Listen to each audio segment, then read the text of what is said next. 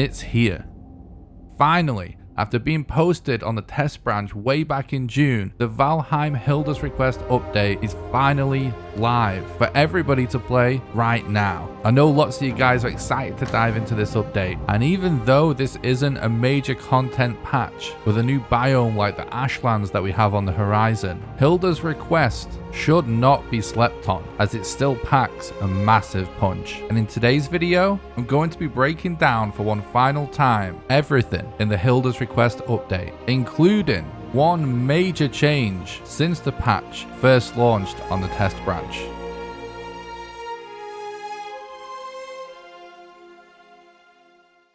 This video is sponsored by DatHost. If, like me, you're super excited to jump into Hildir's Request with some friends and check out all the new mini-bosses, world modifiers, and dungeons, DatHost is an affordable and easy-to-use way to do that. They offer Valheim servers across 26 different locations to help you get the lowest ping, PC and Xbox crossplay, a one-click mod installer, and automated backups. They also offer servers for V-Rising, Sons of the Forest, and Ark. They offer a discount if you choose to pay quarterly or yearly, and to sweeten the deal for viewers of this video, they're offering a sizable 30% off your first month if you sign up via the link in the description or the pinned comment. A massive thank you for DatHost for sponsoring this video. Let's jump into it. Okay, so one of the main features of the new update is the new NPC and trader Hildir, and at Hildir you can spend gold in order to buy the new barber kit, new iron pit, sparklers, fireworks, and a bunch of new clothes. This is actually where one of the biggest changes to Hildir's Request comes, as these clothes now offer a special buff. All of the chest pieces now offer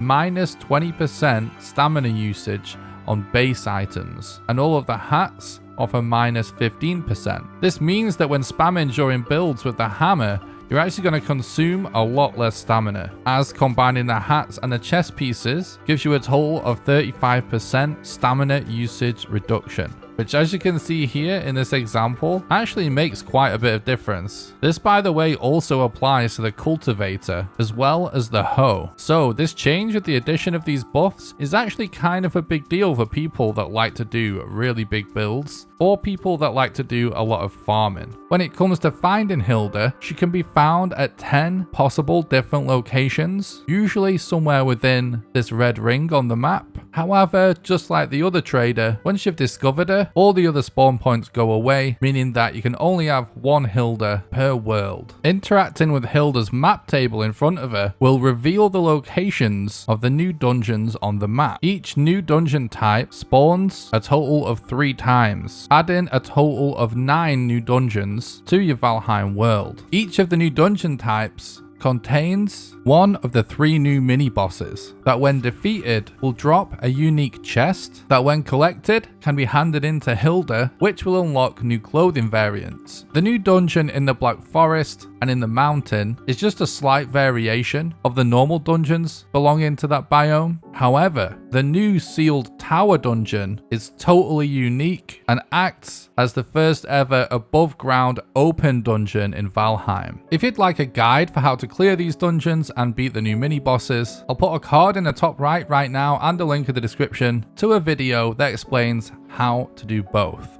The barber kit that can be bought from Hildir can be combined with 10 fine wood, 5 bronze nails, and 5 troll hide to make the new barber station, which can be used to change your character's hairstyle and beard anytime you want without having to create a new character. One of the main reasons that the Hildir's Request update is actually a much bigger deal than it may first appear is because of the new world modifiers. World modifiers allow you to customize a bunch of things about your Valheim world, including difficulty, resource rate, and raid rate, and a bunch of other things. They also come with a bunch of presets, including a hardcore preset, which essentially acts as an official hardcore mode. This increases enemy difficulty, it makes it so that your entire inventory and all of your skills get deleted on death, and removes the map from the game. World modifiers can also be really heavily customized to create a really unique Valheim experience that I'm sure players are going to be tweaking and having fun with for years to come.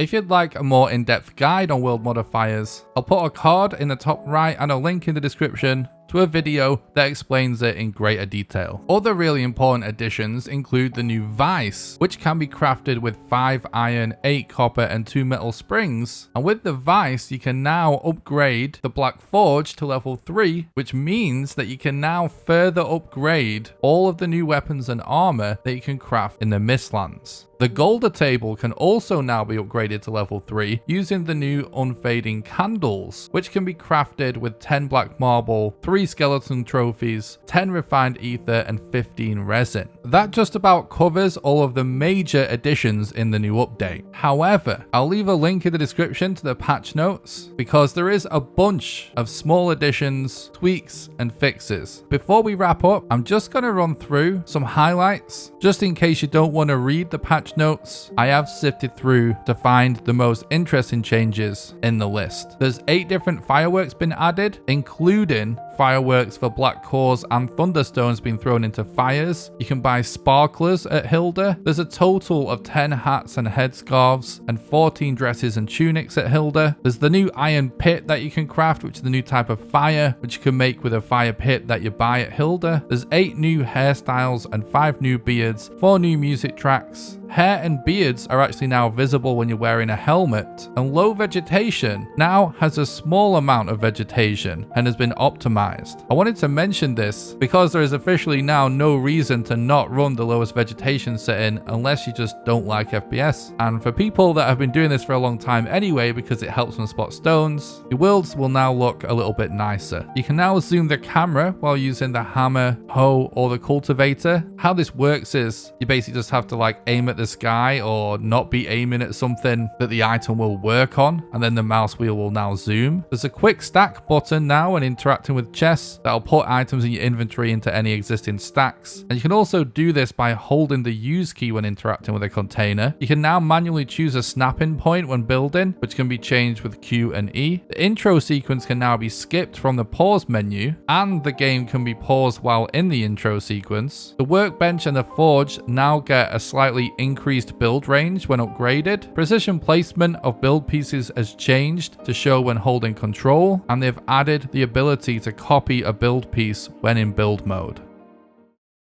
Well guys, that's just about going to do it for this video. I hope I've made it clear that Hildir's request is way more than just an NPC and a few clothes. There's actually a lot going on here. If you enjoyed this video, please leave a like and a nice positive comment for the YouTube algorithm and subscribe for future content. And please go support this video's sponsor in the description because their support does really help the channel. If you'd like to support me directly, then the best way you can do that is on Patreon at patreon.com/nickrawcliffe. So I'll leave a link in the description to that as well if you're interested in that. I do stream live on this very YouTube channel and also live on Twitch, so leave a link in the description if you're interested in that. You can follow me on social media and join my Discord at the link below. I hope you enjoyed this video, and until next time, have a good one.